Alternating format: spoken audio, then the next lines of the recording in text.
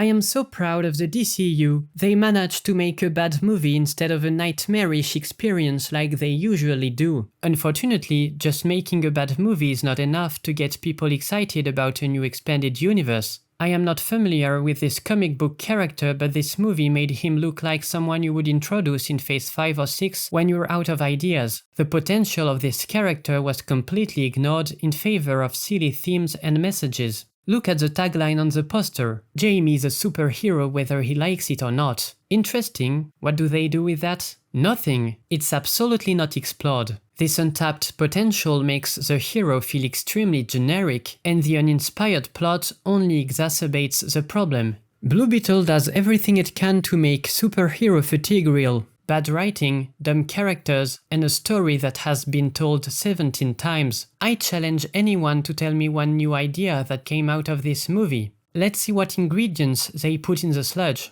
One villain who wants to control the world. 2 people associated with the villain who turns out to be good. A pinch of terrible humor. One forgettable soundtrack with the obligatory random hit from the 80s. 2 spoonfuls of stupid action scenes. Sprinkle with modern messages that don't make sense until the sludge is covered with them. Served with every conceivable trope such as 2 people about to kiss 5 seconds after meeting and being interrupted by someone. Talking to someone who is dead. Tapping on the window of a car while the driver is listening to music and somehow can't hear explosions even though they're on a mission. An unnecessary scene rendered in full CGI. A funny cut to a random person during an action scene. A shot of a vibrating glass of water.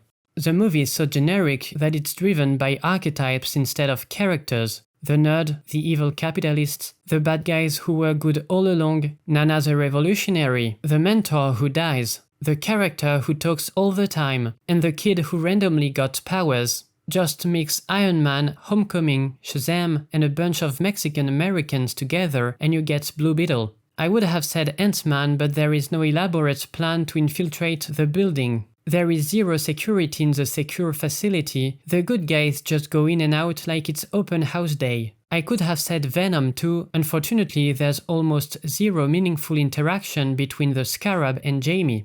So what is Blue Beetle about, you may ask? I love you guys, so I did something special just for you. I contacted the writers and asked them if they could tell us how they managed to write such a cool story, and they sent me this exclusive image. Write a 10-line script for a movie based on Blue Beetle comics about Jaime's origin story.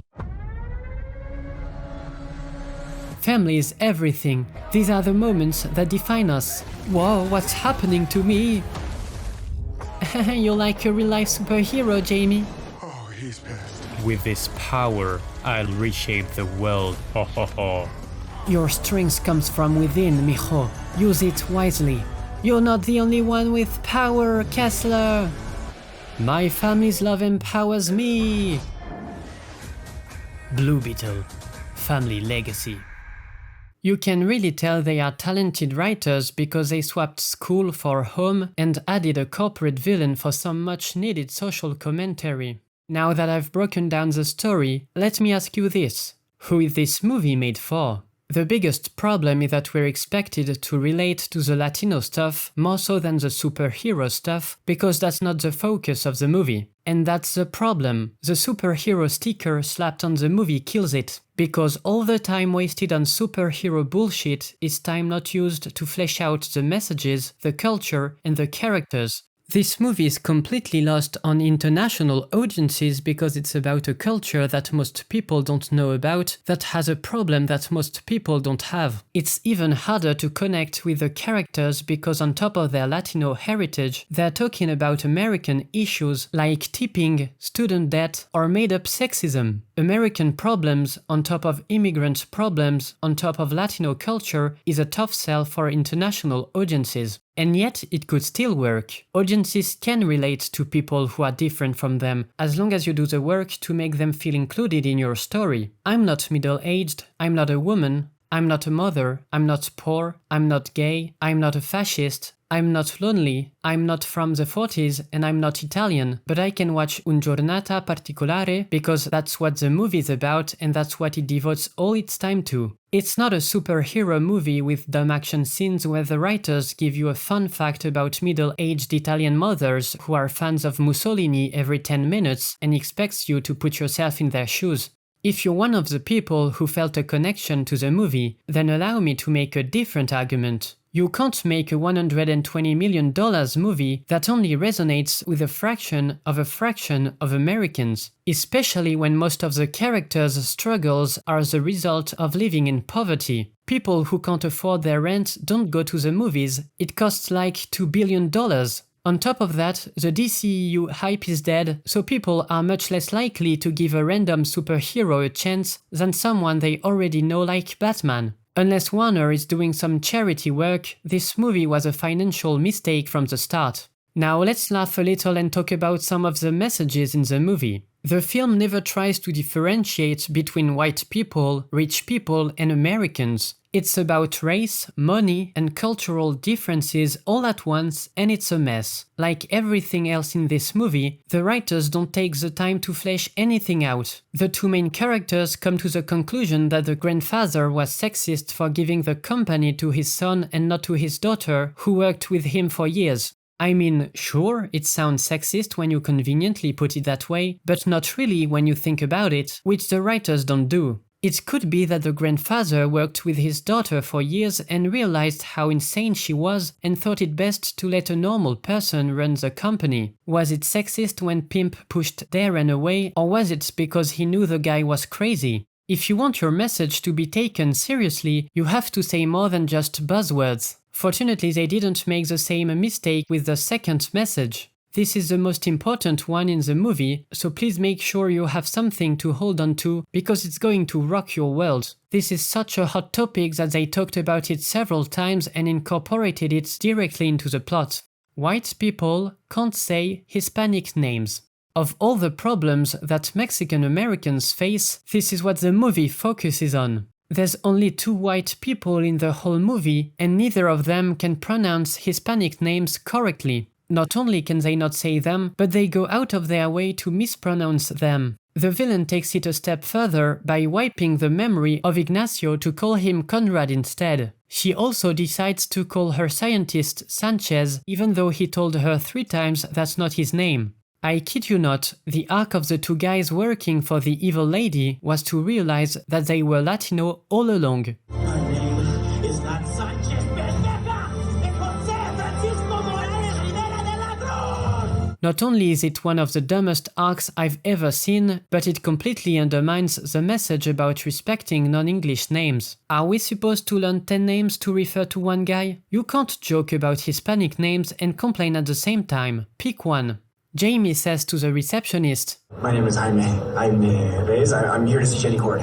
And she calls him Jamie. The only way to say Jamie is if you speak Spanish and know how to spell his name, because it's impossible to guess that there's a J at the beginning of his name. That's Jaime. So she goes out of her way to say it wrong, ignores his correction, and as a bonus tells him not to stand too close to the desk and assumes that he's a delivery boy. All she had to do was randomly pick him for an ID check and we would have completed the bingo card. Now, to be fair, I know Americans are bigots. I've been to the States several times and they couldn't pronounce my French name, so much so that I had to change my name to Bob when I entered Starbucks. The other important message in the movie is about family. Family matters. Unfortunately, they never get angry or disappointed with each other. Their relationship is the same at the beginning and at the end. So the movie has the most basic message you'll ever hear. Family strong together. The bad guy says, That love you feel for your family makes you weak. and the good guy says, You're wrong. My family, that's what makes me strong. It's so deep and moving, I feel like I'm watching a Greek tragedy. The guy says one thing, and the other guy says the opposite. It's so cool and not boring at all. Batman manages to have more messages about family, and his whole family is dead. That's crazy. Speaking of the family, let's meet them. There's Mary the sister. She's the typical annoying character who never stops talking. She gives the same old speech about how the system is against her and she might as well give up before she even tries. Oh no, I don't want to graduate like my brother, and yet I complain that all I get are shitty jobs. Not only am I terrible at my job because instead of cleaning the house, I make it dirtier to quote-unquote keep us employed, I also take a dump in the private toilets because quote-unquote I deserve a luxury dump right now. I don't understand why I'm getting fired. Damn you, system. Then there's Jeff, the father. He's the most generic mentor you will ever meet. Here are some of his quotes.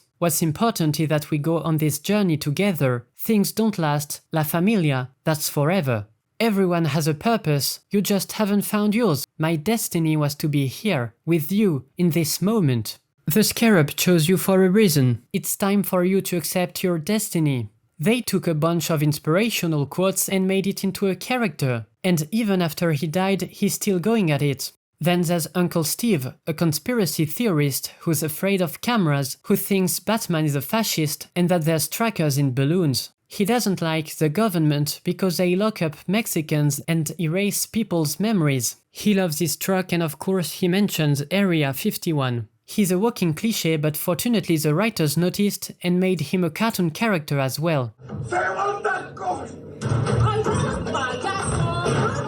I don't know why he's making jokes while Jamie is turning into the Blue Beetle for the first time. I don't know why he has a device that can hack security cameras. I don't know why he can pilot a ship. I guess he's the wild card, so writing doesn't apply to him. And finally there's Patricia, the Nana. She fought in the revolution. That's it. That's the whole joke. And they run with it for 30 minutes. So that's the team. They're not fascinating and a little bit annoying. They even have their own family motto that they repeat 20 times. They love it so much that they vandalized a spaceship because of it. But the biggest problem with his family and the messages surrounding it is that they completely overshadow Jamie. As far as I know, the family is an integral part of the character, but the movie spends too much time on them. When you hear Blue Beetle, you don't think of the guy in the cool suit, you think of the kid with the Mexican-American family. He gets rescued by everybody and he gets to be badass for about a minute. He's barely the main character and it's hard to tell what his personality is. The writers stopped developing him the second he got a suit. Does he go back to college? Does he look for a job? No idea. The movie ends. I don't know why they put so much emphasis on his background. Being Mexican-American has nothing to do with the Beetle, and the threat he faces has nothing to do with his heritage or his current situation. The villain is trying to create an army of super soldiers. You didn't help your Mexican community, you saved the whole world. Black Panther not only managed to connect the suit to the culture, even though it was terribly written, but the story was about T'Challa and his struggles as a human being. Wakanda came in second. So it's a Blue Beetle origin story and we don't know anything about it. The Beetle stuff is non-existent. Apparently Jamie and the Scarab are in a symbiosis, whatever that means. We're told the Scarab has a mind of its own, but then what? They never talk to each other outside of battle. The writers gave a crappy arc to the Scarab, learning not to kill people. What, when and how did that happen? Is it because they merged? Can you explain? The Scarab is trying to become one with you. Why? Ask him. He never asked. The end. Okay, thank you, this was useful. The movie isn't about Blue Beetle, it's about Jamie's family. I don't want to be a superhero, I want to have a family like Jamie. That's cool, but what does it have to do with an extended universe? Will Blue Beetle and his whole family be in the Justice League? He's nothing without them. Shazam got it right. Not only was the focus of the movie on Billy, but his family can fight too. I said it before and I'll say it again. Shazam is by far the best DCEU movie, and for Blue Beetle to go after it is a lost cause. Not because Shazam is a masterpiece, but because it's mediocre, which is an unattainable standard for the DCEU. In conclusion, this movie is better than The Flash, whatever that means.